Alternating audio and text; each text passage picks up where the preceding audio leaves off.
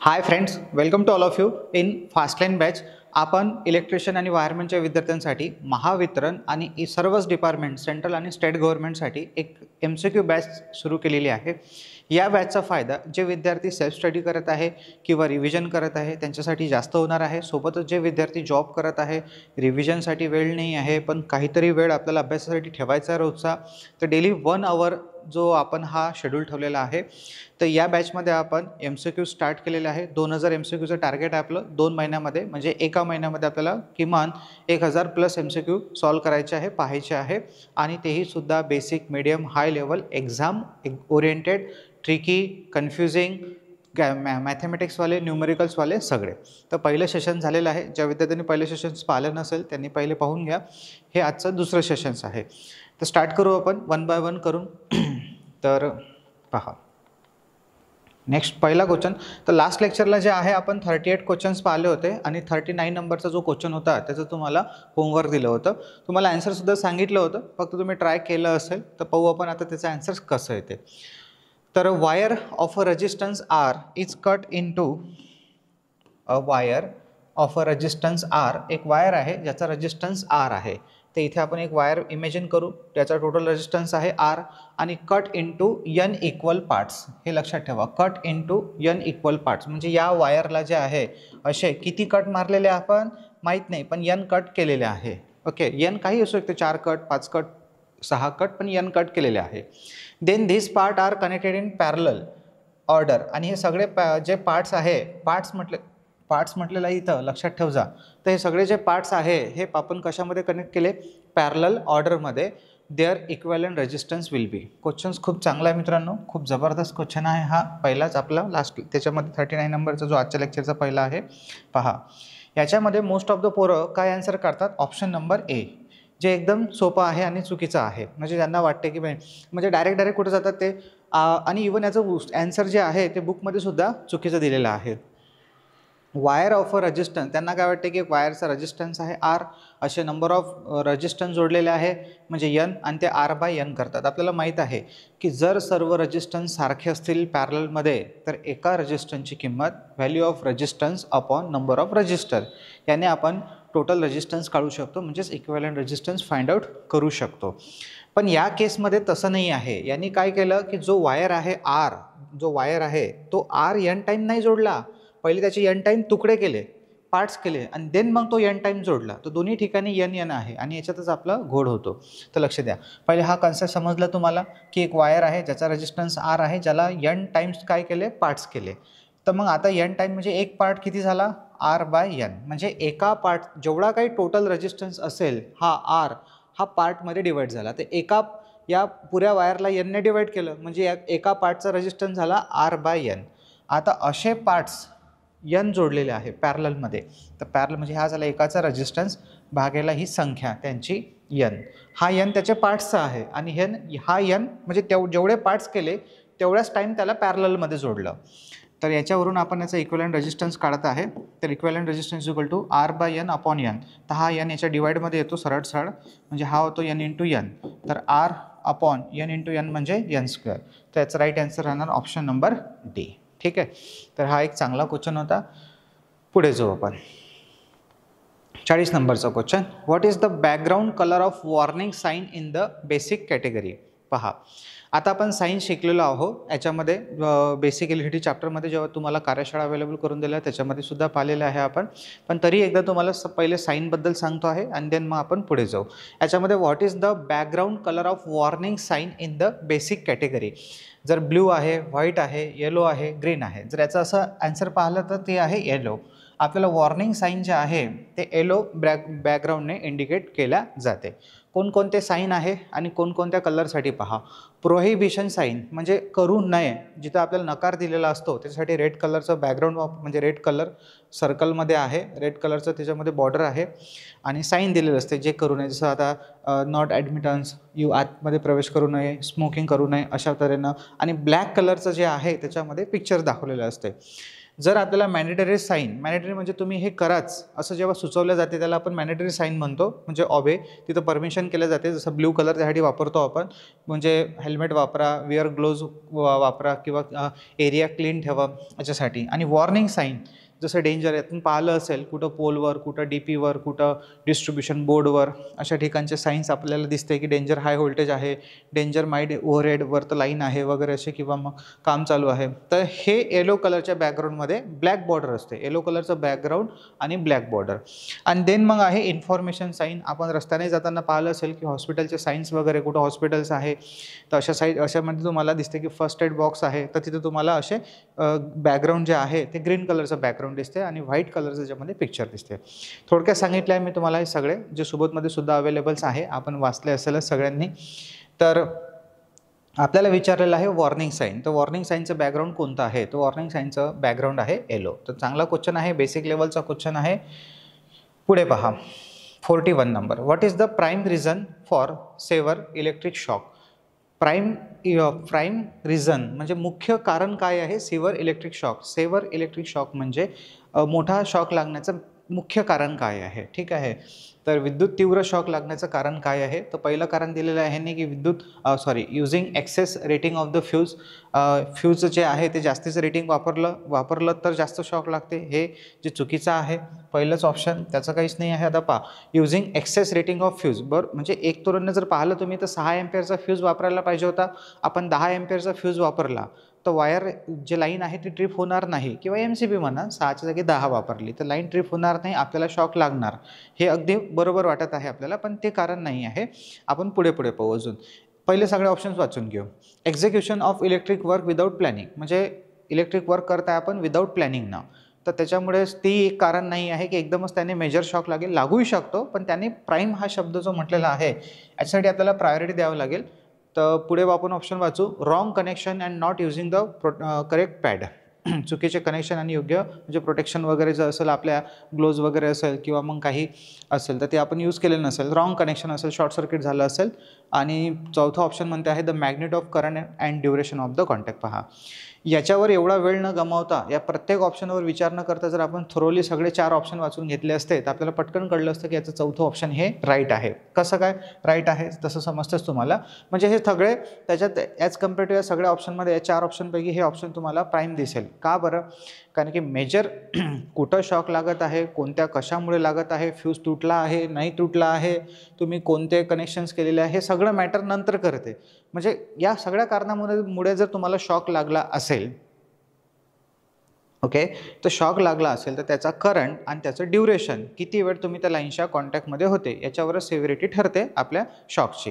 त्याच्यामुळे मग याचं प्राईम जे रिझन आहे ते आहे option number D, magnitude of current and duration of contact. ठीक आहे. नेक्स्ट जाऊ आपण पुढे 42 नंबरचा question. Which is the correct sequence of operation to be perform when using the fire extinguisher? आता फायर एक्सटिंग्विशर आहे तो आपल्याला वापरायचा आहे, तर त्याचा करेक्ट सिक्वेन्स काय आहे? पहा, तुम्हाला माहीत असेल हॉस्पिटल्स, बँक, कॉलेजेस वगैरे आपल्याला फायर एक्सटिंग्विशरचे हे सिलेंडर लागलेले दिसतात. तर त्याच्यावर पास असं साईन तुम्हाला दिसले. पास हे जे आहे हा सिक्वेन्स आहे, शॉर्टकट आहे की ते फायर एक्सटिंग्विशर कसं वापरायचं. ओके, हा जो आहे पास हा त्याचा सिक्वेन्स आहे. तर त्याचा सिक्वेन्स आहे की तुम्ही त्याचं जे नॉब आहे, फायर जो सिलेंडर असतो त्याचं घेतल्यानंतर ते पुल करा, त्याची क्लिप असते, एक लॉक असतो त्याला, तो पुल करा, ओढा. ओके, देन त्याच्यानंतर मग आहे त्याच्यामध्ये एम, म्हणजे जे तुम्हाला आग विझवायची आहे त्याच्यावर एम करा. त्याच्यानंतर मग त्याला स्क्वीज करा, म्हणजे त्याला दाबा आणि नंतर त्याला स्वाईप करा, म्हणजे त्याच्यावर इकडे तिकडे फिरवा. तर हा त्याचा सिक्वेन्स असतो. पुल, एम, स्क्वीज आणि स्वीप. खेचा, त्याच्यावर लक्ष करा, त्याच्यावर दाबा त्याला आणि त्याच्यानंतर त्याला स्वीप करा इकडे तिकडे. ठीक आहे, म्हणजे ते आग पूर्णपणे विझली पाहिजे. तर हा सिक्वेन्स आहे त्याचा पासचा, PASS. ओके, लक्षात ठेवा. आता बाकीचे ऑप्शन्स मी वाचलेले नाही आहे कारण की राईट आन्सर तुम्हाला सांगायचं होतं त्याच्यामुळे, पण मी तुम्हाला म्हटलं की तुम्ही थोड्या वेळ घेत चला. प्रत्येक क्वेश्चन्सला मला टायमर लावणं पॉसिबल नाही आहे. जिथे मॅथमॅटिक्स क्वेश्चन येईल तिथे मी तुम्हाला टायमर लावून देईलच, तेवढ्या वेळा तुम्ही त्याला सॉल्व करू शकता. पुढे जाऊ आपण 43 नंबरचा question. Which is the waste disposal method that produce a heat? म्हणजे कोणती मेथड आहे waste disposal method that produce a heat. म्हणजे आपल्याकडे वेस्ट मटेरियल आहे आणि त्याच्यापासून आपल्याला हीट पाहिजे असेल. एकदम फार सोपा क्वेश्चन आहे. जास्त जर तुम्ही त्याच्यामध्ये विचार केला तुम्हाला खूप कठीण क्वेश्चन वाटेल. आणि काही मी तुम्हाला सांगितलेलं आहे की या बॅचमध्ये आपण पूर्ण बेसिक, मीडियम आणि हाय अशा तिन्ही लेवलचे क्वेश्चन्स घेतले आहे, पण जास्त हाय लेवलचे नाही घेतलेले आहे. मीडियम आणि लो लेवलच्या क्वेश्चन्सला जास्त फोकस केलेला आहे, तेही एक्झाम ओरिएंटेड आणि बेस म्हणजे महावितरणसाठी. म्हणजे एक्झाम म्हणजे तुम्हाला जर प्रॅक्टिकल बेस्ड क्वेश्चन्स एक्झाममध्ये विचारले तर त्याचे आन्सर्स तुम्हाला नक्की देता येईल. सगळेच, असं नाही की प्रॅक्टिकल बेसच, सगळेच थेरॉटिकल्स आहे, कन्सेप्च्युअल आहे, न्यूमेरिकल्स आहे, ते सगळे. तर आता हा एकदम सिंपल क्वेश्चन आहे की जे उष्णता निर्माण करण्यासाठी आपल्याला कचऱ्याची विल्हेवाट लावताना कोणती पद्धत आहे की ज्यातून आपल्याला कचऱ्याची विल्हेवाटही लागेल आणि आपल्याला उष्णतासुद्धा मिळेल. तर ते कशी मिळेल? कचऱ्याला जाळून. जेव्हा आपण कचऱ्याला जाळू तेव्हा आपल्याला उष्णताही मिळेल, हीटही मिळेल आणि त्या कचऱ्याची विल्हेवाटसुद्धा लागेल. ठीक आहे. तर रिसायकलिंग करून नाही पॉसिबल, कंपोजिशन करून पण नाही आहे. रिसायकलिंग म्हणजे त्या समजा आता प्लास्टिक वगैरे असेल किंवा त्याला आपल्याला रिसायकल करतो आपण, तर तेव्हा त्याला उष्णता नाही भेटत आपल्याला, त्याला उष्णता द्यावी लागते उलटं गरम करण्यासाठी. कंपोजिशन दाबून नाही पॉसिबल ते. त्याच्यानंतर मग आहे इन्सिनरेशन, तर जाळून ते बरोबर आहे. इन्सिनरेशन आणि देणं आहे चौथ्या नंबरचं वेस्ट कम्पॅक्शन. तर याच्यामध्ये तिसरं नंबरचं ऑप्शन जे आहे ते राईट आहे की आपण त्या मटेरियलला जाळून, इन्सिनरेशन या पद्धतीचा वापर करून जाळून उष्णताही मिळवू शकतो आणि त्या कचऱ्याचा जो आहे तो विल्हेवाटसुद्धा लावू शकतो. पुढे आहे 44 नंबरचा question. What formula is use to calculate electromotive force. आता पहा, हा सिम्पल क्वेश्चन आहे पण काही पोरांना जमत नाही. लक्ष ठेवा, या बॅचमध्ये आता मी 10 वेळेस सांगणार नाही, पण तुम्हाला एक गोष्ट सांगतो आहे की खूप जबरदस्त क्वेश्चन केलेले आहे की तुम्ही जिथे जिथे मिस्टेक करता त्या सगळ्या क्वेश्चन्सला इथे ॲड केलेलं आहे. आता पहिल्याच काय करतात खूप सारे पोरं की याचा आन्सर पहिलेच मार्क करून टाकतात. EMF बरोबर potential difference minus voltage drop. नाही, हे आन्सर नाही आहे. तुम्हाला खूपदा सांगितलेलं आहे की एखादा जनरेटर जर असेल तर जनरेटरच्या आतमध्ये तयार होणारा EMF म्हणजे EG आणि व्होल्टेज आणि EMF मध्ये काहीच फरक नसतो. आत जिथं व्होल्टेज तयार होते त्याला आपण EMF म्हणतो, जेव्हा तो टर्मिनलवर येतो तेव्हा त्याला आपण व्होल्टेज म्हणतो, बरोबर. आणि याच व्होल्टेजला आपण PD सुद्धा म्हणू शकतो, म्हणजे पोटेन्शियल डिफरन्स, बरोबर. मग आता जर या पॉईंटमधलं मला पोटेन्शियल डिफरन्स काढायचं असेल, PD काढायचं असेल, म्हणजेच व्होल्टेज काढायचं असेल, तर हा जो EMF आहे EG जनरेटेड EMF म्हणा किंवा EMF म्हणा, तर या EMF मधून मला जो याच्यातला होणारा ड्रॉप आहे तो काय करावा लागेल? मायनस करावा लागेल. याच वाइंडिंगमधला ड्रॉप हा मायनस करावा लागेल. म्हणजे इथला जो व्होल्टेज ड्रॉप आहे तो आपण मायनस करू. कोणामधून? EMF मधून. पण आता हा पहिला आणि हा फॉर्म्युल्यात फरक आहे. इथे EMF आहे मित्रांनो, इथे PD आहे. आपल्याला PD काढायचा आहे, हा वाला, म्हणजे या दोन पॉईंटमधला पोटेन्शियल डिफरन्स काढायचा आहे, या दोन पॉईंटमधलं व्होल्टेज काढायचं आहे. तर इथे जे जनरेटेड EMF आहे त्यातून आपण मायनस करू इथलं व्होल्टेज ड्रॉप. तर इथले व्होल्टेज ड्रॉप आपण मायनस करत आहे. पण इथे फॉर्म्युला कशाचा आहे? EMFचा.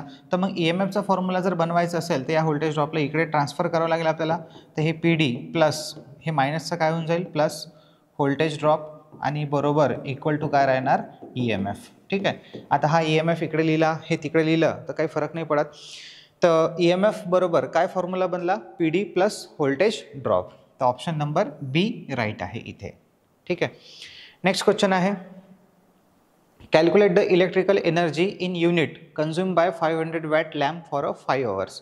म्हणजे आपल्याला एनर्जी कॅल्क्युलेट करायचं आहे. चला याला टायमर लावू आपण. फार सिम्पल क्वेश्चन आहे पण तुम्ही सॉल्व करा. 10-20 सेकंदामध्ये तुमचा हा क्वेश्चन सॉल्व झाला पाहिजे. खूप झाले 10-20 सेकंद. करा सॉल्व.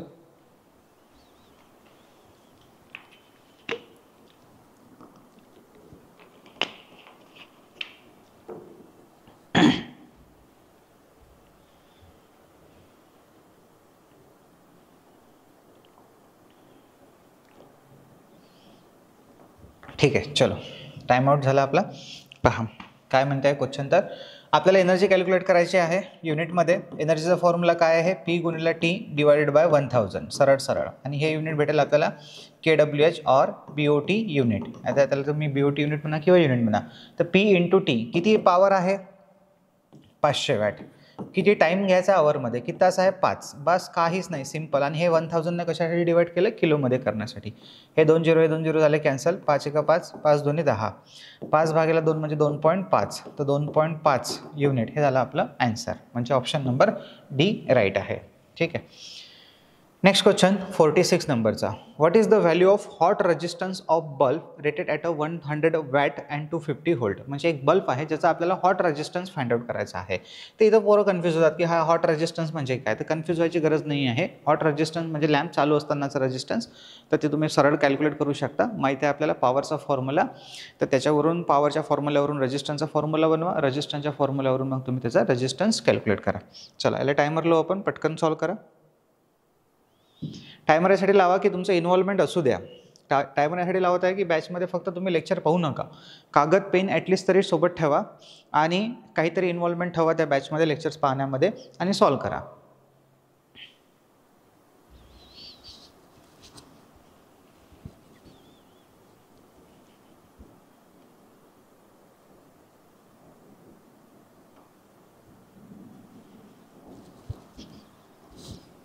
चलो ॲन्सर आला असेल तुमचा. 30 सेकंद होत आहे. पहा काहीच मोठी गोष्ट नाही आहे. आपल्याला पॉवरचा फॉर्म्युला माहीत आहे V²/R. हे प्रॉब्लेम आपण सगळे घेतलेले आहे, पण आता हे नवीन विद्यार्थीसुद्धा लेक्चर्स पाहत असतील तर त्यांनी लक्षात ठेवा P बरोबर V²/R आणि R बरोबर V²/P. हा फॉर्म्युला वापरू आपण.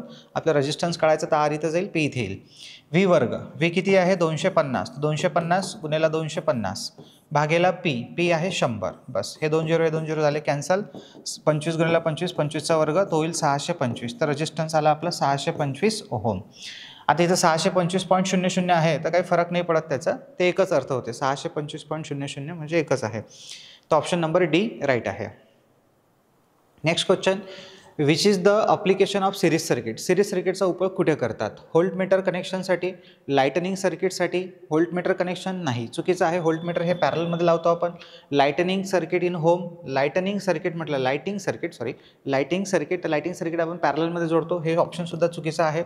ते जे लाइटिंग आहे, लाइटिंग ज्याला म्हणतो आपण, हे लाइटिंग वेगळं आहे, ते लाइटिंग वेगळं आहे. ते सिरीज झाली त्याला लाइटिंग म्हणतो आपण. हे लाइटिंग म्हणजे आपल्या घरची लाईट आहे. देन आहे शंट रजिस्टर इन ॲमीटर. ॲमीटरमध्ये रजिस्टन्स आपण लावतो शंटमध्ये. शंट म्हणजे पॅरलल आणि इथे म्हटलेलं आहे सिरीज. तर हे ऑप्शनसुद्धा चुकीचं आहे.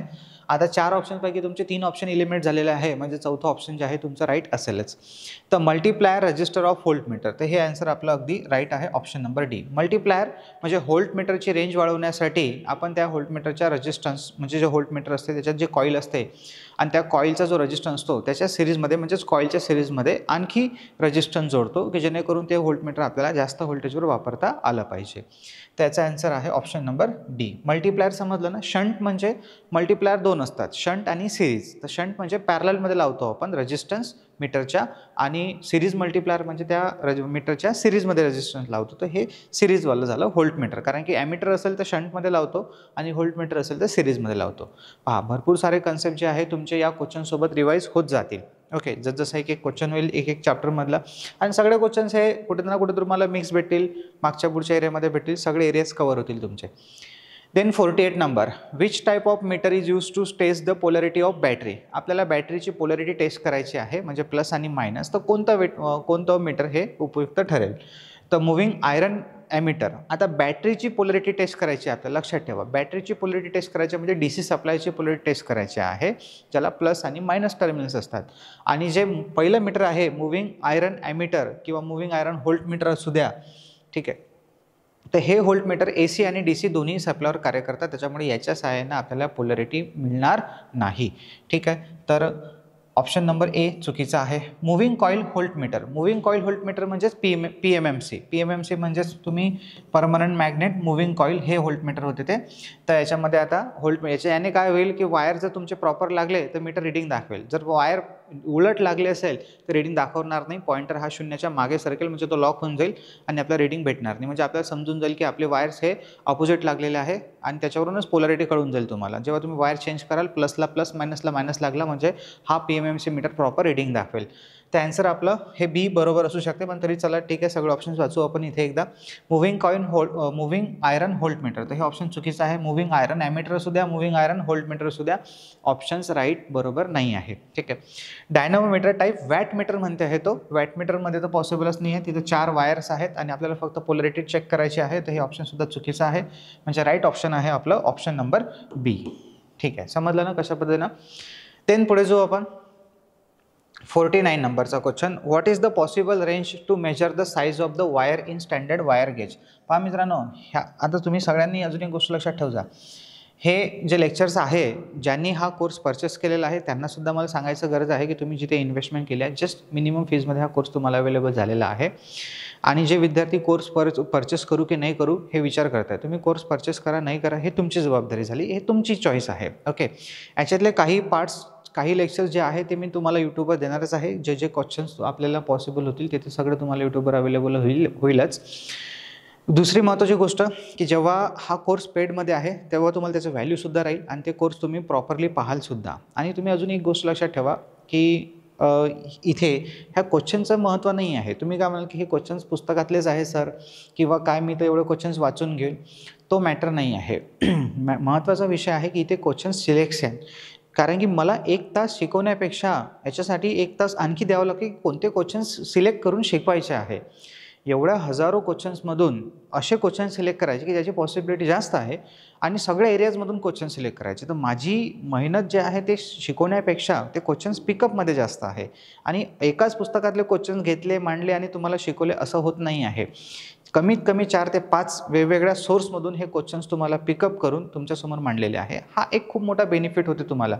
आणि पुऱ्या पेजमध्ये जर 20-40 क्वेश्चन असेल त्यातले जे मी 1-2 क्वेश्चन सिलेक्ट करतो त्याच्यामध्ये खूप काही लॉजिक आहे. ओके, आणि मी पहिलेही सांगितलं की हे बॅच मोस्टली तुम्हाला जे विद्यार्थी सेल्फ स्टडी करत आहे किंवा जे रिव्हिजन करत आहे त्यांच्यासाठी खूप जास्त फायद्याचे आहे, किंवा जे नवीन ज्यांनी आपली थेरॉटिकल बॅच लावली त्यांच्यासाठी सुद्धा. ठीक आहे, तर इथे तुम्हाला विचारलेलं आहे की आता SWG म्हणजे स्टँडर्ड वायर गेजची रेंज काय असते. तर सगळ्यांना माहीत आहे 0 to 36 ही त्याची रेंज असते. पहा, सगळे क्वेश्चन्स हे खूप जबरदस्त आहे, म्हणजे अशा क्वेश्चन्स तुम्हाला महावितरणच्या एक्झाममध्ये पाहायला भेटू शकते.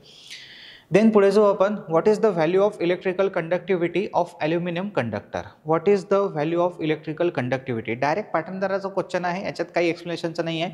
पार्ट असेल तर पहिल्या 1 सेकंदामध्ये येईल, नाही तर तुम्ही 10 मिनटं त्याच्याकडे पाहत राहिले तर तुम्हाला त्याचा आन्सर येणार नाही. तर इथे आपल्याला कंडक्टिव्ह विचारलेली आहे, जी कंडक्टिव्हिटी आहे त्याच्यामध्ये आन्सर 35 mho per ohm. ठीक आहे, जे पार्ट आपल्याला असावी लागते.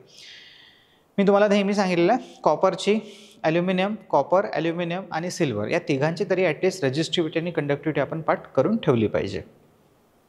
पुढे 51 नंबरचा question, which size of conductor is bigger in diameter when it major by the SWG. पहा, SWG स्टँडर्ड वायर गेजचं, हे आपल्याला SWGचं फुल फॉर्म माहितीच आहे, पण स्टँडर्ड वायर गेज तुम्ही हातात घेतला असेल, पाहिला असेल तर तुम्हाला लक्षात आलं असेल की याच्यावर जी रेंज असते ती 0 ते 36 असतात. बरोबर, म्हणजे गेज नंबर आहेत हे. तर जेवढा मोठा नंबर तेवढा कंडक्टरचा साईज लहान असतो, आणि जेवढा नंबर लहान तेवढा त्याचा साईज काय असतो, मोठा असतो. हे त्याचं लॉजिक आहे. बरोबर, त्याच्या त्या गेजमधलं. ते इथं म्हटलेलं आहे की विच साईज, हे माहीत पाहिजे ना कन्सेप्ट आपल्याला, तरच आपण याचा आन्सर राईट देऊ शकतो. तर which size of conductor is bigger in diameter. डायमीटरने कोणता कंडक्टर मोठा असेल when it is measure by the SWG. तर जेव्हा आपण SWGने मोजू तर जेवढा त्याचा नंबर लहान तेवढा तो मोठा. आता या ऑप्शनमध्ये सर्वात लहान नंबर कोणता आहे, 14 SWG, म्हणजे हा सर्वात मोठा कंडक्टर असेल. ठीक आहे, याच्यातला सर्वात लहान 36 नंबरचा. आपल्याला सर्वात मोठा विचारला होता, bigger in diameter, option number A right आहे.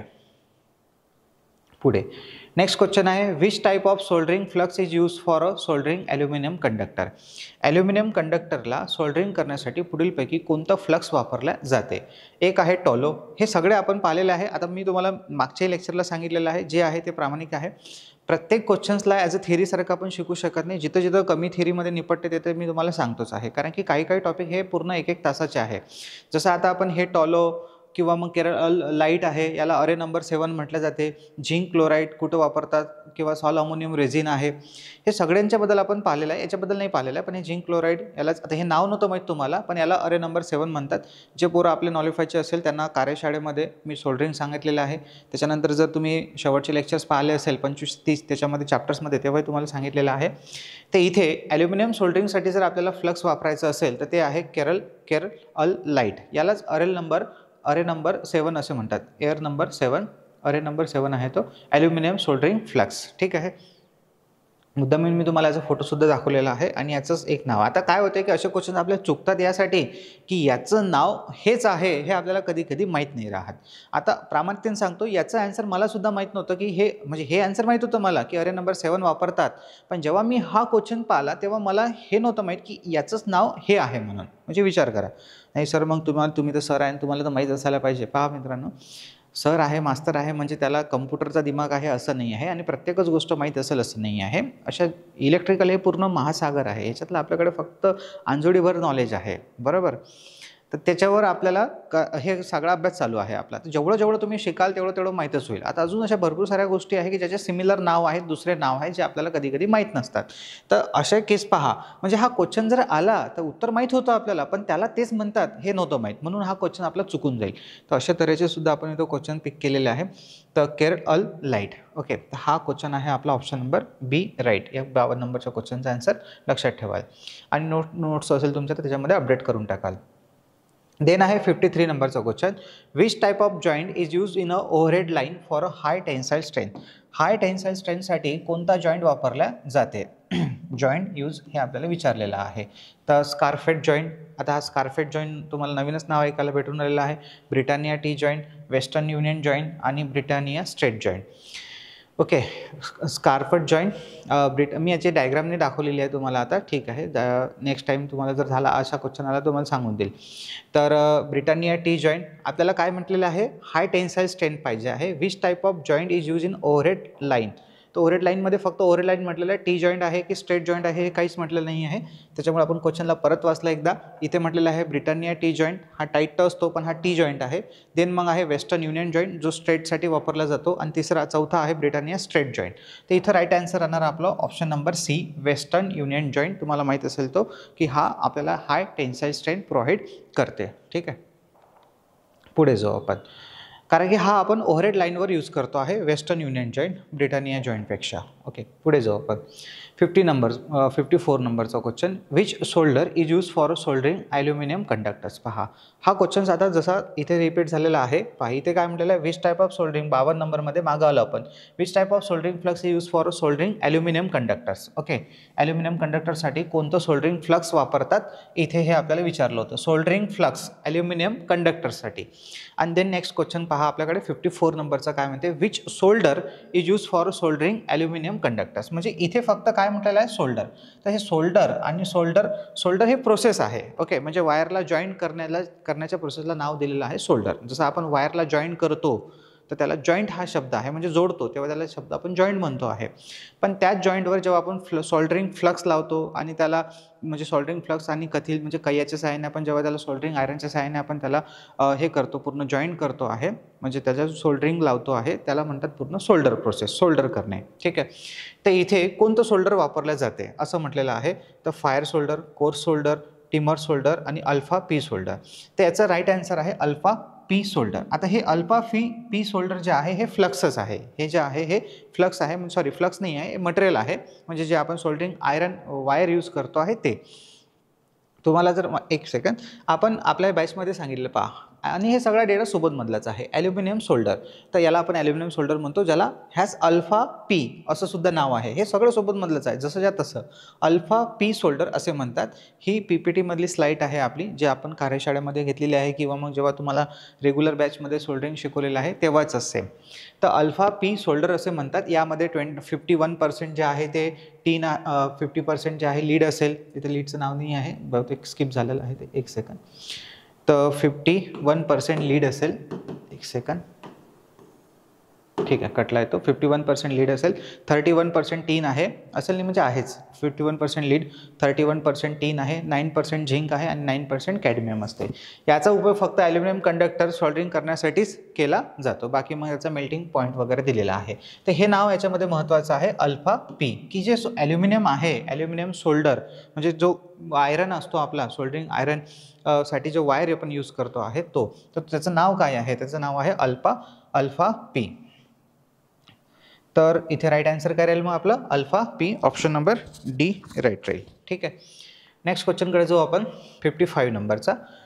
Which is use to be added to recondition the shoulder. Recondition the shoulder म्हणजे आता काय ॲड केलं जाते, रिकंडिशन द शोल्डर. आता रिकंडिशन म्हणजे काय ते समजून घ्या, की एक जॉईंट आहे आणि त्या जॉईंटला आपल्याला क्लीन करायचं आहे. होऊ शकतं त्याच्यावर करोजन चढलेलं असेल किंवा तो डर्ट असेल, तो क्लीन नसेल किंवा लूज असेल, तर अशा केसमध्ये जर त्याला आपल्याला रिकंडिशन म्हणजे त्याचा अजून ओरिजिनल बनवायचं आहे, म्हणजे नव्यासारखा त्याला तयार करायचा आहे.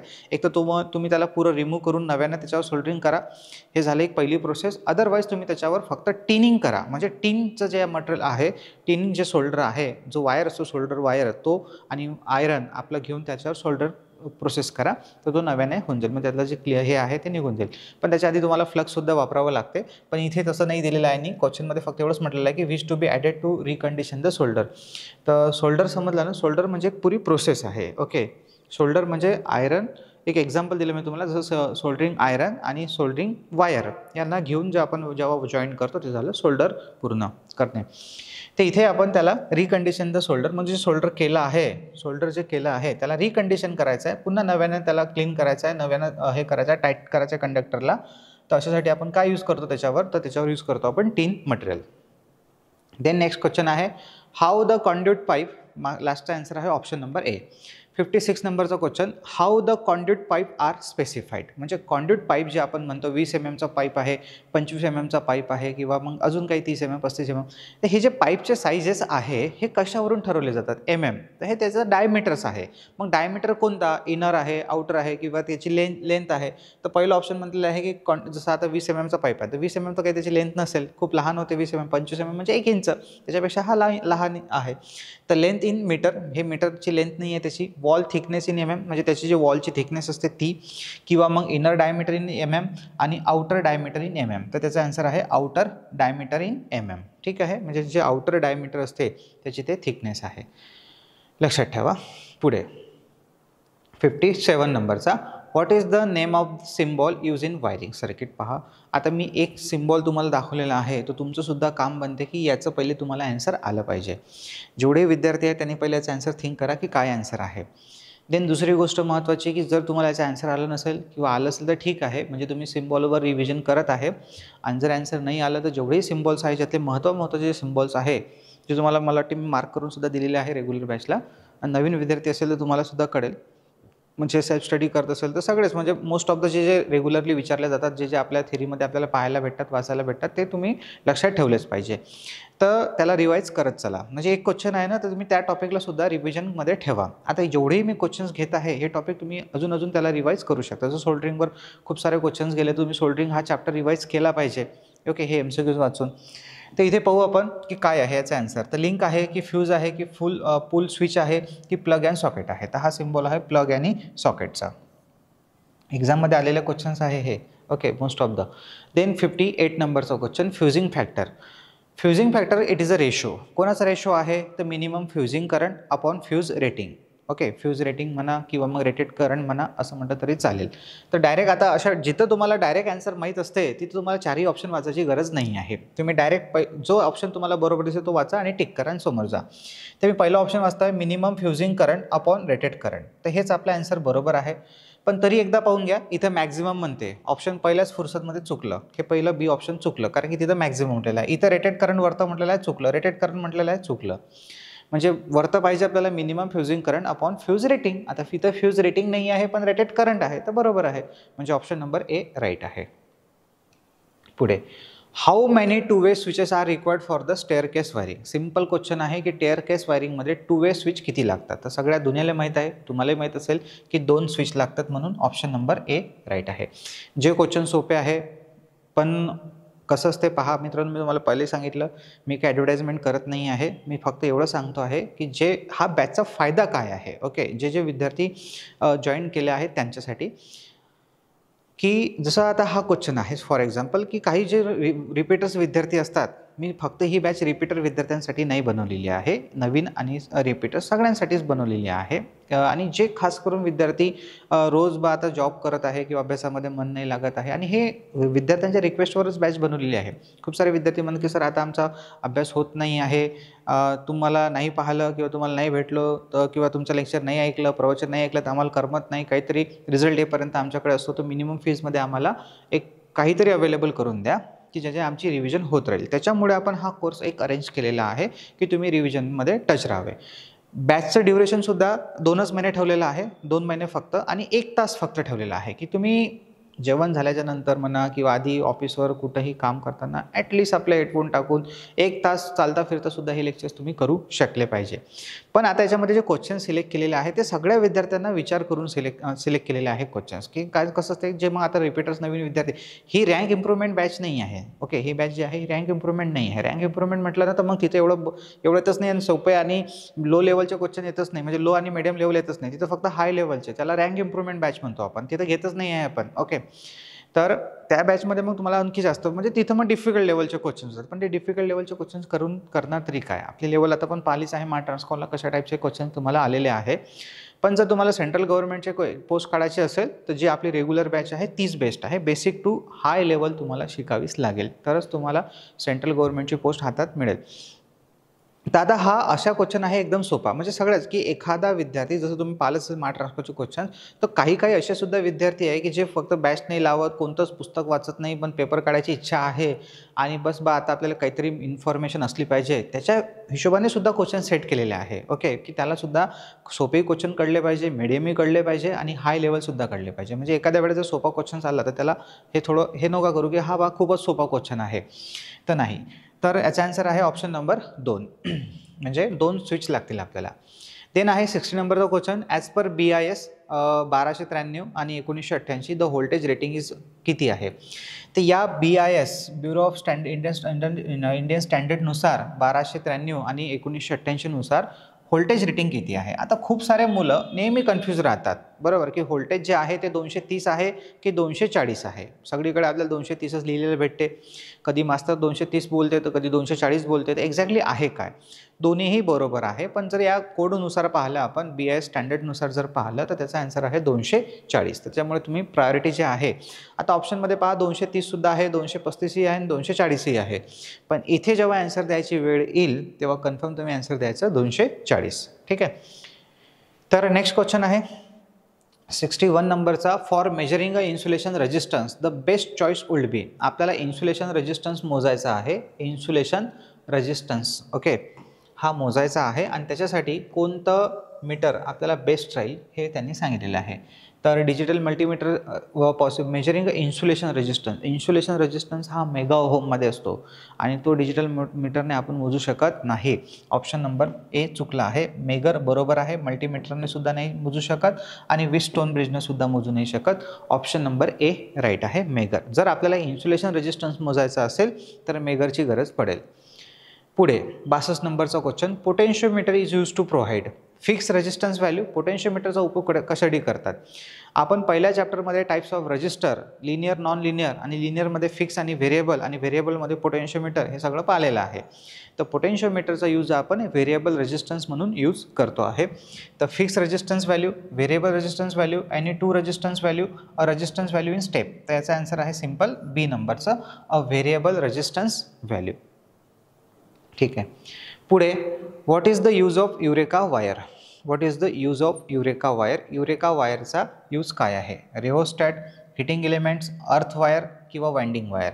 ती युरेका वायर जे आहे ती आपण ॲज अ कशासाठी यूज करतो आहे, रजिस्टिव्ह वायर म्हणून. ठीक आहे. नायक्रोम जे आहे ती हिटिंग म्हणून यूज करतो आहे. युरेका जी आहे ती आपण रजिस्टिव्ह वायर म्हणून यूज करतो आहे. तर रेओस्टॅटमध्ये जे ऑप्शन नंबर ए बरोबर आहे. याचं मुलं काही आन्सर हिटिंग एलिमेंट देतात. हिटिंग एलिमेंटसाठी आपण नायक्रोम यूज करतो आहे. ओके, अर्थ वायरनी आणि वाइंडिंग वायरनी आहे. आन्सर आहे A rheostat. Size of the wires can be measured normally by standard wire gauge SWG. Which instrument must be used for accurate measurement of wire size. आता आपल्याला accurate measurement करायचं आहे wire साईजचं, तर पुढीलपैकी कोणतं metre वापरलं जाईल असं म्हटलेलं आहे. पहा, SWGने आपण डायमीटर तर मोजू शकतो, बरोबर, पण त्याच्यामध्ये कुठं ना कुठंतरी थोडीशी गॅप राहते आणि त्याच्यामुळे तेव्हा तुम्हाला एक्झॅक्टली डायमीटर मिळत नाही. मग अशा वेळेस जर तुम्हाला एक्झॅक्ट डायमीटर मोजायचं असेल तर मग तिथं तुम्हाला मायक्रोमीटरचा यूज करावा लागेल. Option number D. हे व्हर्नियर कॅलिपरसुद्धा असते, व्हर्नियर कॅलिपर, पण त्याने तुम्हाला मेजरमेंट नाही भेटत. तुम्ही ती साईज दुसऱ्या जॉबवर लावू शकता तेवढ्यासाठी. आता हे काही मी सांगणार नाही बाकीचे तुम्हाला काय आहेत. तर मायक्रोमीटरचा यूज जो आहे तो आपण ॲक्युरेट मेजरमेंटसाठी करतो. पुढे पहा. तर ही बॅच एक ॲडव्हर्टाइजमेंट पॅम्पलेट आहे आपल्याकडे. 2 मिनटं घेतो आहे तुमचे, ठीक आहे. की ज्यांच्याकडे वेळ कमी आहे, तयारी करायची आहे आपल्याला आणि चांगली तयारी करायची आहे आणि महावितरणची नोकरी काढायची असेल तर पहा मित्रांनो, मेहनत करावी लागेल. मी कधीच म्हणणार नाही की माझीच बॅच जॉईन करा. तुम्हाला ज्या सरांची बॅच वाटते, ज्या व्यक्तीची ज्याचं तुम्हाला समजते त्याची बॅच जॉईन करा. असं नाही की बॅचच जॉईन करा, सेल्फ स्टडी करायची इच्छा असेल सेल्फ स्टडी करा. ओके, मी अजिबात म्हणणार नाही. मी आधीही म्हटलेलं आहे, आताही म्हणतो आहे की माझी करा. फक्त एवढंच आहे की जर तुम्हाला माझं समजत असेल शिकवणं, तुम्हाला बेसिकपासून तर हाय लेवलपर्यंत शिकायचं असेल तर बॅच जॉईन करा. एक पद्धत असते आपापली, ज्या सरांचं आपल्याला समजते त्याचं आपण करतो. सगळे सर चांगलं शिकवतात, काही प्रॉब्लेम नाही आहे. फक्त एक आहे की माझ्याकडे सगळ्यात मोठा डाऊट असतो पोरांचा, खूप सारे डाऊट, की फक्त मास्तर लोक पैसे लुबाडायला बसलेले आहे. तुम्हाला वेगवेगळ्या कमेंट्स पाहायला भेटतील. विद्यार्थ्यांनी म्हणजे लोकांनी देवालासुद्धा वाईट म्हटलेलं तर आम्ही तर मास्तरच आहे आणि त्याच्यात काहीच नाही आहे. हे माणूस मी स्वतः एक आज बोलूनच देतो आहे फक्त 2 मिनटासाठी. खूपदा कधी मी जास्त बोलत नाही, पण आता सांगतो आहे की मी 5-5 नोकऱ्या सोडून हे कोचिंग क्लासेस घेत आहे. जेव्हा महाराष्ट्रामध्ये मी तुम्हाला लिहून देतो, सांगतो आहे 2015-16ला महाराष्ट्रामध्ये जेव्हा एकही अकॅडमी नव्हती ITIच्या विद्यार्थ्यांसाठी कोचिंग देण्यासाठी, तेव्हा मी ते सुरू केलेली आहे. ओके, तेव्हा सोबत माझं एज्युकेशन पण चालू होतं पॅरलली आणि मी ॲज अ गव्हर्नमेंट कॉलेजला टीचर पण होतो, कॉन्ट्रॅक्ट बेसिसवर शिकवत पण होतो, बरोबर. पण तेव्हा मी पाहिलं की मला जर समजा एखादे क्लासेस करायचे असते एखाद्या एक्झामसाठी, मी हे 2012-13मध्येच पाहिलं होतं. जेव्हा मला RRBसाठी तयारी करायची होती किंवा अदर गव्हर्नमेंटसाठी तयारी करायची होती, तेव्हा क्लासेस नव्हते, बरोबर. आणि मी अभ्यास केला, भरपूर सारे पोरं हे तिकडच्या साईडचे लागत होते, म्हणजे UP बिहारचे, कारण की त्यांच्या साईडला तेव्हापासूनच ऑलरेडी क्लासेस अवेलेबल होते. आपल्या महाराष्ट्रामध्ये तसा सोर्स नव्हता. पण जेव्हा 15मध्ये मी ऑपरेटरची 2012ला पोस्ट काढली होती फर्स्ट, आणि त्याच्यानंतर मग टेक्निशियनची काढली होती यवतमाळ नगर परिषदची, तेव्हा कळलं की कुठंतरी थोडासा आपला अभ्यास झाला आहे या उद्देशाने, आणि आपण कुठंतरी आपल्या नॉलेजचा फायदा हा इतर विद्यार्थ्यांनासुद्धा देऊ शकतो ॲज अ पॅरलली आपल्या एज्युकेशनसोबत. तेव्हा ही बॅच सुरू केलेली आहे. आणि त्याच्यानंतर एवढा उद्देश झाला आहे की फक्त जे ITIचे विद्यार्थी आहे, आता पुढे हे क्लासेस पुढे इंजिनिअरिंगमध्ये सुद्धा शिफ्ट होतील, पण मी नेहमी ITIच्या विद्यार्थ्यांना घेऊन चाललो आहे की मला माहीत आहे, कारण माझं ITI झालं आहे तर यांची परिस्थिती काय असते. ते एवढे जॉब सोडून, बरोबर, म्हणजे नंतर मग JEEची सुद्धा पोस्ट काढलेली आहे मी. त्यानंतर नागपूर मेट्रोसुद्धा आहे. त्यानंतर ऑर्डनन्स फॅक्टरीला तर मी काम केलेलं आहे आणि JEEसुद्धा म्हणून काम केलेलं आहे, ते सुद्धा सोडलेलं आहे. अशा भरपूर साऱ्या अजून 2-3 रिझल्ट होते जे पेंडिंगच आहे, म्हणजे त्याचं जॉईन करायला गेलो नाही. आणि नंतर तर मग एक्झाम देणंच बंद करून दिलेलं आहे की आपण अननेसेसरी एक पोस्ट खाऊन पुढच्या विद्यार्थ्याचं नुकसान केलं नाही पाहिजे. थोडंसं लेट लक्षात आलं. आणि एवढं सगळं केल्याच्या नंतर म्हणजे क्लास 2 सारखी सुद्धा पोस्ट सोडून जर मी हे क्लास घेत असेल तर माझंही काहीतरी पोटपाणी आहे आणि आपल्यालाही क्लासेस चालू आहेत. पण मिनिमम फीजमध्ये हे कोर्स तुम्हाला अवेलेबल करून दिलेले आहे. जर तुम्ही तुमच्या जीवनासाठी ₹1000 खर्च करू शकत नसेल पर महिन्याला, ओके, रेग्युलर बॅच जरी केलं ना तर 6-6 महिने आम्ही व्हॅलिडिटी दिलेली आहे आणि खूप बेसिक टू हाय लेवल शिकवलेलं आहे. आणि मी पाहिलेलं आहे मित्रांनो, ITIला इमानदारीनं शिकवलं आहे मी. 2012 ते 2013 ते 2015पर्यंत गव्हर्नमेंट ITI अमरावतीला कॉम्पिटिटिव्ह एक्झाम लेवलला, म्हणजे ITIच्या सुद्धा आणि कॉम्पिटिटिव्ह एक्झाम लेवलला सुद्धा शिकवलेलं आहे. पोरं सिरियस घेत नव्हते. जे पोरं जेव्हा मी क्लासेस सुरू केले तर तेच पोरं त्याच क्लासला येऊन 5-5 हजार फीस भरून क्लासेस करत होते. जेव्हा माणसाला फुकटात भेटते ना तेव्हा सगळ्याच विद्यार्थ्यांना त्याची व्हॅल्यू नसते. जेव्हा कुठतरी आपण पैसे खर्च करतो तेव्हा त्याची व्हॅल्यू आपल्याला कळते, आपल्याची जाणीव होते आणि ते आपण प्रामाणिकतेनं करतो. हा सगळ्यात महत्त्वाचा फॅक्टर असतो. आणि मला एक सांगा की आपण किती साऱ्या गोष्टीवर अननेसेसरी खर्च करतो आहे. तुम्ही तुमच्या लाईफमध्ये पहा. पण जेव्हा एज्युकेशनल फीस द्यायची वेळ आली तेव्हा मग मास्तर फीस जास्त घेते, मास्तर पोरांना लुटते. हे सगळ्या क्वेश्चनचं मी तुम्हाला आज ॲन्सर देतो आहे, कारण की खूप गरजेचं होतं देणं. स्पेशली आज इथून देऊनच देतो आहे हे ॲडव्हर्टाइजमेंटमुळे, की मास्तर सगळेच माझ्याच ह्याच्यावर नाही, भरपूर साऱ्या ह्याच्यावर, की मास्तर लोक फक्त पैसे लुटायला भेटलेले आहे. मित्रांनो, आम्ही कोणतेही क्लासेस केले नाही आणि मी तुम्हाला नेहमी लिहून देतो आहे, तुम्ही महावितरणने कोणताही रिझल्ट पहा, त्याच्यामध्ये प्रत्येक लागणारा विद्यार्थी कोणत्या ना कोणत्या अकॅडमीचा नाही आहे. 50% रिझल्ट हा त्याच्यातला सेल्फ स्टडीचाच आहे, बरोबर. सेल्फ स्टडी करून लागणारे पोरं आहे आणि देन मग बाकीचे अकॅडमीमधून. आणि कोणतीच अकॅडमी तुम्हाला लागण्याचं आश्वासन देत नाही. तुम्ही या, लागून जाल. तुमचा जो टाईम असतो, जो सेल्फ स्टडीवाला विद्यार्थी 3-3 वर्ष आपली मेहनत करतो आहे, एक कन्सेप्ट क्लिअर करतो आहे, हा टाईम वाचून देण्याचं काम तुम्हाला अकॅडमी करते आहे, बरोबर. विचार करा, ज्या गोष्टी समजायला मला स्वतःला माझा अनुभव आहे. जेव्हा मी ITI करत होतो तेव्हा 2-2 वर्ष लागलेले आहे. काही कन्सेप्ट मला 2-2, 3-3 वर्षांना कळले, की अरे हे असं नाही असं असते. हे सगळे कन्सेप्ट तुम्हाला एका मिनिटात कळते. कुठं वेळेचा पैसा आहे मित्रांनो. आणि मला तरी वाटते की एक विद्यार्थी पहा याची फीस मिनिमम ₹799 आता ऑफरमध्ये चालू आहे. तशी ₹1000 फीज आहे आणि तशा रेग्युलर बॅचेस आहे तर त्याच्यासुद्धा फीस तुम्हाला 5-5 हजार रुपयामध्ये कोर्सेस अवेलेबल आहे. यासाठी तुम्हाला ऑफलाईनमध्ये तुम्ही UP बिहारला जा, तिकडे जर तुम्ही ऑफलाईन बॅचेसची फीस पहा, तुम्हाला खूप सारे अवेलेबल भेटेल. आणि जे तुम्ही म्हणाल की ₹1000-1500 कोर्स भेटतात त्याच्यामध्ये मग त्याच लेवलचं कंटेंट भेटते तुम्हाला आणि मग त्याच्यामध्ये तुम्ही बॅच तर घेता पण आउटपुट निघत नाही. ते मी तुम्हाला ते सांगतोय फ्रँकली की. आणि अजून एक गोष्ट सांगायची की तुम्ही जर तुमची मेहनत प्रामाणिकतेने केली ना, सेल्फ स्टडी केली ना, तरी क्लासेसची काही आवश्यकता नाही आहे. पण फक्त मला अनुभव आहे, मी याच्यासाठी बसलो आहे इथे सांगतोय तुम्हाला की जे विद्यार्थी येतात ना की सर काश मला माहीत होतं तुमच्या अकॅडमीबद्दल, माझ्या मित्राने लावला, तो लागला, मी जर तेव्हा क्लासेस लावले असते, कुठेतरी काहीतरी केलं असतं तर आज मी सुद्धा पोस्टवर असतो. बस कारण की काय असतं माहीत आहे का, आज आपल्याला सवय पडलेली आहे रेडीमेडची, बरोबर. आपल्याकडून करून घेतल्यानंतर आपला अभ्यास होतो. तर तेच इथं केलं जात आहे. तुमच्याकडून रोज तुम्हाला बूस्ट करून, रोज काही ना काही देऊन, जसं रेग्युलर बॅचमध्ये आपण सिलेबस कव्हर करत जातो किंवा ऑफलाईन बॅचमध्ये करत जातो, आपला अभ्यास होऊन जातो तो ओके. आणि वेळेत होऊन जातो आणि सगळे कन्सेप्ट क्लिअर होतात, पटापट डाऊट क्लिअर होतात, आपल्याला सोर्स भेटते वाचायला. आम्ही रेग्युलर बॅचला 15,000+ MCQ प्रोव्हाइड करतो आहे. ह्या सगळ्या गोष्टी अवेलेबल्स आहे तुम्हाला. तर म्हणून बॅच करणं नाही करणं हे तुमची जबाबदारी ओके. आणि तुम्ही कमेंट्स करणारच मला माहीत आहे ओके, की मास्तर तर फक्त. आणि अजून पहा की जसं मागची एक कमेंट मी वाचली होती की सर काहीतरी महापारेषणचा कधी रिझल्ट लागेल, आम्ही फक्त बॅचेस लावायची का. पहा मित्रांनो, महापारेषणचा रिझल्ट तुम्हाला माहीत आहे. तुमच्याच एका विद्यार्थ्याबद्दल सगळ्याच विद्यार्थी, मी मागे जो व्हिडिओ टाकला होता त्याचं सांगेन की तुम्हाला तुमच्या हक्कासाठी लढावं लागेल. ऑब्व्हियसली आम्ही आमच्या पद्धतीनं खूप मेहनत करतो आहे, बरोबर. जेव्हा निवेदन द्यायची वेळ आली किंवा मोर्चे काढायची वेळ आली तेव्हा सरांनी मेहनत केली आहे. पण तुम्हाला तुमच्या हक्कासाठी सुद्धा लढावं लागेल, हे लक्षात असू द्या. आता रिझल्ट लावणं नाही लावणं हा मास्टरचा भाग नाही आहे ना, त्यासाठी कोणता कोर्स अवेलेबल आहे, बरोबर. आणि एकदा बॅच लावल्याच्या नंतर पुन्हा बॅच लावायची गरज पडली नाही पाहिजे. हे तर मी 1000 वेळेस माझ्या ऑफलाईन बॅचला सांगितलेले आहे की तुम्ही जर एकदा बॅच लावली असेल, मग ते 800 रुपयाची असो, 2000ची असो, 4000 कोणाची असो, कोणत्याही सराची, रिपीट बॅचची गरज पडली नाही पाहिजे. मी तर शूटआउट सांगतो, सगळ्या पोरांना सांगतो की अबे तुम्ही रिपीटले काहून आले, कशाला डबल पैसे खर्च करता आहे किंवा कशाला वेळ आपला खर्च करताय. रिपीटची गरज का पडली तुम्हाला, एक तर तुम्ही पहिली बॅच केली नसेल. हां, काही पोरं रिपीट बॅच करतात आपलं नॉलेज अजून इम्प्रूव्हमेंट करण्यासाठी, आपले कन्सेप्ट अजून क्लिअर करण्यासाठी. पण रिपीट पोरं अजून का करतात, पहिल्या वेळेस अभ्यास करत नाही, टाईमपासमध्ये जातात, 2-4 लेक्चर पाहिले, बाकीचे सोडून दिले किंवा अजून काही केले, असंच ऑफलाईनला करतात आणि मग त्यांना रिपीटची गरज पडते. किंवा मग अधुरा अभ्यास करतात, जॉबसोबत अभ्यासासोबत 1000 कामं करत राहतात, त्यांचा फोनवरच जास्त वेळ जातो. मग अशा वेळी रिझल्ट येत नाही, मग ही भरती नाही तर ती भरती, ती भरती नाही तर ही भरती, मग या भरतीसाठी ही बॅच, त्या भरतीसाठी ती बॅच, अशातच तुमचा पैसा वेळ खर्च होतो.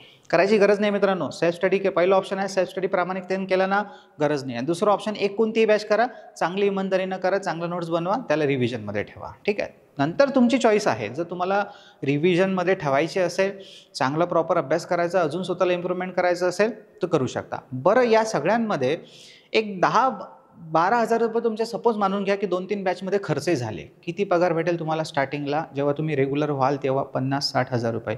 त्याच्यातला हा किती % भाग आहे तुम्ही विचार करा ओके. आणि लागल्यानंतर तर आम्ही काही फीज मागणार नाही आहे, ठीक आहे. त्याच्यामुळे ज्यांना विद्यार्थ्यांना बॅच लावायचे मी हे सगळं तुम्हाला पुढच्या सगळ्या व्हिडिओपर्यंत सांगतो आहे. माझ्या चॅनलवर जेवढेही व्हिडिओ येतील आणि हे सगळे व्हिडिओज मला जेवढे वाटते आहे विद्यार्थ्यांना द्यायचे तेवढे मी देतोच आहे व्हॉट्सअपला फ्रीमध्ये. बाकीचं पूर्ण पेड कंटेंट हे आपल्याला तुम्हाला नॉलिफाय ॲपवर अवेलेबल पाहायला भेटेल. कारण की मलासुद्धा रेंट्स आहे, स्टाफ पेमेंट्स आहे, स्वतःचा खर्च अकॅडमीचा आहे, सगळ्या गोष्टी आहे लागलेल्या. मला काही गव्हर्नमेंट पेमेंट देत नाही आहे, ज्याच्यावर माझं घर चालत आहे. त्याच्यामुळे मला तर फीस घ्यायचं लागणार आहे. पण तेच मी ट्राय करतो आहे की मिनिमम फीजमध्ये हे तुम्हाला अवेलेबल सगळं झालं पाहिजे. आणि मला तर असं वाटतं की ॲटलिस्ट तुम्ही तुमच्या जीवनासाठी, आज आपण 15-15 पोरांकडे पाहतो आहे, ॲपलसारखे फोन आहे आणि ते विद्यार्थी मला कन्सेशन मागतात ओके. सगळ्या गोष्टी बरोबर, प्रत्येकच विद्यार्थी फायनान्शियली परिपूर्ण असतो हे सुद्धा मला माहीत आहे. प्रत्येक विद्यार्थी म्हणतो आहे की सर माझी आर्थिक परिस्थिती नाही आहे, खूप परिस्थिती गरीब आहे. ते मित्रांनो मला चांगल्या तऱ्हेनं माहीत आहे, कारण की मी कोणत्या परिस्थितीतून आलो आहे, काय केलेलं आहे हे मला माहीत आहे. जे विद्यार्थी मला चांगल्या तऱ्हेनं ओळखतात आपल्याला एक महिना जरी आपण काम केलं ना तरी आरामात 5,000 रुपये भेटतात आणि आपली फीज आपण स्वतः भरू शकतो. या मेंटॅलिटीचा मी माणूस आहे. मग ती मुलगी असो की मुलगा असो, जर करायची जिद्द असेल ना तर आपल्याला काही 5-10 लाख रुपये भरायची गरज नाही आहे. फक्त काही फीजवर आपण क्लास करू शकतो. ठीक आहे. असो, हे लेक्चर तुम्ही स्किप केलं असेल एवढं तरी चालते, काही प्रॉब्लेम नाही आहे. पण मला बोलायचं होतं एका लेक्चरमध्ये, त्यासाठी म्हटलं स्पेशली लेक्चर न घेता याच लेक्चरमध्ये आपण बोलू कुठतरी. आणि आता इंटेन्शन नव्हतं बोलायचं, पण सांगतो आहे की मुलांच्या जेव्हा कमेंट्स वाचतो तेव्हा चांगले पण कमेंट्स असतात, वाईट्स पण कमेंट्स असतात. पण त्याच्यामुळे सांगतो आहे, ज्यांना करायचे आहे ते करतील, ज्यांना फ्री कंटेंट पाहायचं आहे, रिव्हिजन करायची तिथे येतीलच, पाहतीलच. ओके. पुस्तक आहे तुमच्याकडे, सगळे सोर्स आहे. आपल्या चॅनलवर तुम्हाला सगळ्यांना सांगितलं कोणते पुस्तकं वाचायचे आहे, काय वाचायचं आहे, काय नाही. चांगले चांगले पुस्तकं अवेलेबल आहे, त्याच्यावरून सुद्धा तुम्ही करू शकता. ठीक आहे. तर ज्यांना ही बॅच करायची आहे तर 799ला सध्या ऑफर चालू आहे फर्स्ट 100 स्टुडंटसाठी. तुम्ही करू शकता पटापट बॅच. आता याची जास्त डिटेल देणार नाही, तुम्ही वाचू शकता इथं की तुम्हाला मी सांगितलंच आहे की खूप सारे सोर्सेस अवेलेबल आहे. फक्त 1 तासाची बॅच आहे ही डेली आणि 2000+ MCQचं टार्गेट आहे फक्त 2 महिन्यासाठी. त्याच्यानंतर कंटिन्यू करायची आहे नाही करायची आहे हे विद्यार्थ्यांच्या रिस्पॉन्सवर आहे. म्हणून मी फक्त इथं 2000च ठेवलेले आहे क्वेश्चनचं टार्गेट 2 महिन्यामध्ये. देन पुढे जाऊ आपण नेक्स्ट क्वेश्चनकडे. 65 नंबरचा question. 07/1.4 is the specification of the one standard conductor.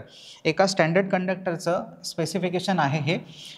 Standard conductor म्हणजे मल्टीस्टँड कंडक्टर म्हणू शकतो आपण त्याला. ठीक आहे, मल्टीस्टँड म्हणा किंवा स्टँडर्ड म्हणा. What does the denominator indicate in the above specification. या स्पेसिफिकेशनमध्ये जो डिनॉमिनेटर आहे तो काय इंडिकेट करतो. तर आता हे जे आहे 7 जो न्यूमिनेटर आहे तो नंबर ऑफ कंडक्टर इंडिकेट करतो आणि 1.4 जे आहे तर त्याचं डायमीटर इंडिकेट करतो. ठीक आहे. हे सगळं तसं तर पाहिलं ना आपल्या याच्यामध्ये तुम्हाला माहीत आहे प्रत्येक आयटीआयमध्ये चांगलं शिकवलं जात नाही. जिथे चांगलं शिकवलं तिथे चांगलेच विद्यार्थी घडतात. जिथे चांगले काही विद्यार्थी जिथं चांगलं नाही आहे बऱ्यापैकी आहे ते विद्यार्थी सेल्फ स्टडी करून किंवा सरांची मदत घेऊन खूप सारं स्वतःचं वाचन करून सुद्धा आपला अभ्यास चांगला करून आपले पोस्ट काढणारे आहेत. हे पाहिलं ना तुम्ही तर पहिल्याच चॅप्टरला भेटते तुम्हाला सुबोधला. कोणताही आयटी असो किती असो पहिला तर चॅप्टर करता की वायर्स आणि वायरचे प्रकार तेव्हाच दिसते.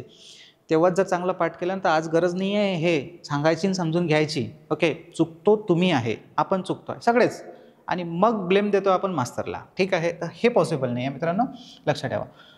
One conductor. What does the denominator indicate in the above specification. तर या स्पेसिफिकेशनमध्ये डिनॉमिनेटर काय इंडिकेट करते तर diameter of conductor in MM. Option number A right आहे. रेडियस नाही इंडिकेट करत, एरिया इंडिकेट नाही करत आणि डायमीटर इन इंच हे सुद्धा इंडिकेट करत नाही आहे. ऑप्शन नंबर ए राईट आहे. देन पुढे आहे insulation material. Insulating material are classified according to their withstanding temperature. With standing टेम्परेचरवर इन्सुलेटिंग मटेरियलचे आपण काय केले आहे क्लासिफाईड केलेले आहे. Which class material can withstand temperature up to 220 degree Celsius. म्हणजे कोणता क्लास जे आहे ते 225 डिग्री सेल्सिअसपर्यंत विथस्टँड करते म्हणजे कार्य करते किंवा ते तापमान सहन करते. अजून एक गोष्ट सांगतो आहे मित्रांनो, बॅचचं बोलणं चालू आहे त्याच्यामुळे हे लेक्चर्स पाहणं नाही पाहणं नंतर तुमचा भाग आहे हा. जे पाहत आहे त्यांच्यासाठी सांगतो आहे कंटिन्यू की बॅचमध्ये माहीत आहे का तुम्हाला पुस्तकात ह्या डेटा लिहिला आहे. मास्तर काही वेगळं घरी काही मिक्स मसाला करून राहिला आहे, नवीन काही तुम्हाला सांगून राहिला असं काहीच नाही. जे काही सांगून राहिलं ते पुस्तकातून सांगून राहिलं आहे.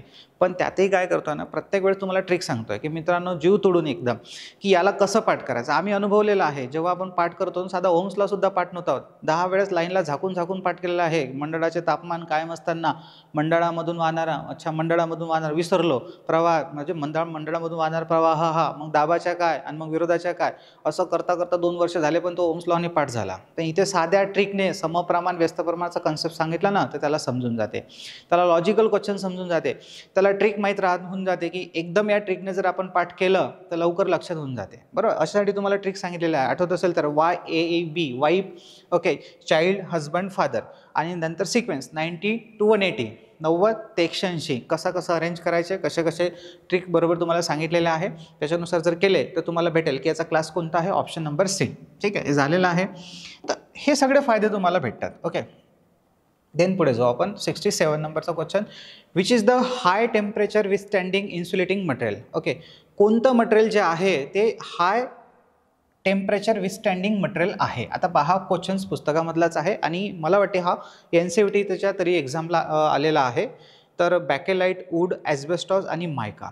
तर याचं उत्तर चुकीचं दिलेलं आहे एक्झाममध्ये. याचं उत्तर दिलेलं आहे ॲस्बेस्टॉस. ओके, तुम्ही जर याला पाहिलं तर ॲस्बेस्टॉसचा मेल्टिंग टेम्परेचर तसा वेगवेगळा असतो, पण एक ॲव्हरेज जर पकडला ना तर तो असतो 750 डिग्री सेल्सिअस. ओके, बेस्टमध्ये त्याच्यात.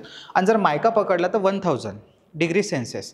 तर ज्याचं टेम्परेचर ज्याचं मेल्टिंग टेम्परेचर जास्त आहे तो ऑब्वियसली जास्त तापमानावर टिकाऊ धरेल. तर या ॲस्बेस्टॉसपेक्षा मायका बेस्ट आहे. पण आता काय आहे ना, याचा आन्सर जसं दिलेला आहे इथं म्हटलेलं आहे टेम्परेचर, उष्णता, बरोबर. तर मायका पण आहे आणि ॲस्बेस्टॉस पण आहे, पण एक्झाममध्ये जे याचं उत्तर आहे ते दिलेलं आहे ॲस्बेस्टॉस. ते होऊ शकते या प्रायोरिटीने दिलं असेल, मी उत्तर चेंज करा असं म्हणणार नाही, पण तुम्हाला फरक सांगितला त्याच्यातला. आयोगाने याचं उत्तर ॲस्बेस्टॉस दिलं आहे, तुम्ही ॲस्बेस्टॉस ठेवा. कारण अशा वेळेस काय होते की त्याचं जर तो क्वेश्चन कॉपी झाला तर उत्तरसुद्धा कॉपी होते, आणि मग अशा वेळेस जर आपण मायका केलं तर आपलं उत्तर चुकण्याची शक्यता असते. तर त्याचा आन्सर तुम्ही ॲस्बेस्टॉसच लक्षात ठेवा. कारण की इलेक्ट्रिक आयरनमध्ये, प्रेसमध्ये आपल्याला माहीत आहे की आपली जे कॉईल असते त्याच्या वरत आपण ॲस्बेस्टॉसची शीट टाकतो की जेणेकरून जी उष्णता आहे ती वरत नाही आली पाहिजे, खाली रिफ्लेक्ट झाली पाहिजे. ठीक आहे, तर पण ती जी उष्णता काही एवढी नाही राहत, 200-300 डिग्री एवढी कमीच राहते, पण त्याच्यावर ॲस्बेस्टॉस टिकाव धरते. आणि तुम्ही पाहिलं असेल तिथं मायकासुद्धा असते, मायकाचंच इन्सुलेशन कॉईलवर, तर मग मायकाही धरते. असं नाही आहे की मायका जळून राहिलं. पण दोघांना जर कम्पेअर केलं ना तर ॲस्बेस्टॉस बेस्ट आहे, सॉरी मायका बेस्ट आहे. पण आन्सर दिलं आहे ॲस्बेस्टॉस. मी आन्सर चेंज करा म्हणणार नाही, कारण की त्यांनी त्या हिटिंगच्या यूजनुसार आन्सर दिलेलं असेल ॲस्बेस्टॉस, तर तुम्ही सध्या ते ॲस्बेस्टॉस लक्षात ठेवा. ठीक आहे, पुढे जाऊ आपण. 68 नंबरचा question. Which type of insulation tape is use for a insulating joint. Insulation tape कोणता यूज करतात फॉर द इन्सुलेटिंग जॉईंटला इन्सुलेट करण्यासाठी. तर friction tape, plastic tape, rubber tape, varnish fabric tape. Simple question आहे. एक तर रबर, PVC, त्याचा answer राहणार. तर PVC तर नाही आहे, रबर टेप. आणि या दोघांमध्ये जर प्रायोरिटी द्यायची असेल तर आपल्याला रबरला द्यावे लागेल. ठीक आहे, ऑप्शन नंबर सी राईट आहे. पुढचा 69 नंबरचा question. Where joint to be moved within a stipulated distance for a low current circuit the most suitable joint. पहा, असं म्हटलेलं आहे यांनी की आता एक वायर आहे आणि या वायरमधून आपल्याला एक वायर काय करायचं, टॅप करायचं आहे. Where joint to be move within a stipulated distance for the low current, म्हणजे लो करंटसाठी आपल्याला वायर एक काढायचा आहे आणि स्टिप्युलेट करायचा आहे. ओके, म्हणजे इथं जोडायचा आहे निर्धारित करंटसाठी. तर तो जॉईंट कोणत्या प्रकारचा असावा. लो करंट आहे आणि स्पेसिफिक थोड्याशा डिस्टन्ससाठी आहे, जास्त काही ताणशक्तीची गरज नाही आहे. स्पेसिफिक स्टिप्युलेटेड डिस्टन्स म्हटलेलं आहे, स्पेसिफिक अंतर आहे आणि करंटसुद्धा कमी आहे. तर अशा वेळेस तुम्हाला काही हेवी जॉईंट मारायची गरज नाही, एकदम नॉटेड जॉईंट मारायची गरज नाही आहे. जस्ट तुम्ही त्याला लूप केलं तरी चालेल, म्हणजे त्याला म्हणतो आपण aerial joint. Option number A right आहे. Okay, aerial joint. नॉटेड, याला नॉटसुद्धा असते, नॉटेड जॉईंट, डबल, असे सगळे जॉईंटचे प्रकार माहीत आहे आपल्याला. जे झालेले विद्यार्थी आहेत त्यांना डुप्लेक्स काय असते, क्रॉसओव्हर जॉईंट काय आहे, नॉटेड जॉईंट काय आहे, किंवा डबल क्रॉस टॅप काय आहे, सगळं. पण याच्यातलं आन्सर राईट आहे एरियल. जस्ट सिम्पल पहा क्वेश्चनचं स्वरूप आणि त्याचा आन्सर्स कशा पद्धतीने बदलत आहे की इथे त्यांनी म्हटलेलं आहे की स्टिप्युलेटेड डिस्टन्स निर्धारित आहे आणि करंटसुद्धा कमी आहे. तर अशा याच्यासाठी तुम्हाला जास्त हेवी जॉईंट मारण्याची गरज नाही आहे. जस्ट आपला आन्सर राहणार एरियल जॉईंट. आजचा या लेक्चरचा शेवटचा क्वेश्चन पाहू आपण. बाकीचे क्वेश्चन जे आहे ते पुढच्या लेक्चरला पाहू. Expansion of SMD. SMDचं एक्सपान्शन काय आहे, तर ते आहे सरफेस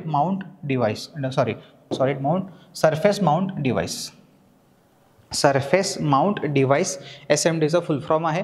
म्हणजे जस्ट फक्त रट्टा मारल्यासारखं रट्टा मारून टाका, बाकी काही त्याच्यामध्ये R&D करू नका. Surface mount device. Option number A right आहे. चला, इथं थांबू आपण. बाकीचं जे आहे ते पुढच्या लेक्चरला कंटिन्यू करू. थँक्यू. ज्या विद्यार्थ्यांना बॅच करायची आहे ओके, मी असं म्हणणार नाही आहे परत की कराच म्हणून तुम्हाला. जर तुम्हाला ज्यांना बॅच करायची आहे ते या नंबरवर कॉल करतील. ठीक आहे, 9604-931449 किंवा कॉल करा, किंवा जस्ट एक हाय मेसेज करून टाका. फक्त एक हाय मेसेज करा आणि व्हॉट्सअपला पाठवून द्या. तुम्हाला डिटेल्स भेटतील की मला फास्टलाईन बॅच जॉईन करायची आहे आणि जे काही फीज असेल ते भरून तुम्ही ॲडमिशन करू शकता. So thank you, bye bye.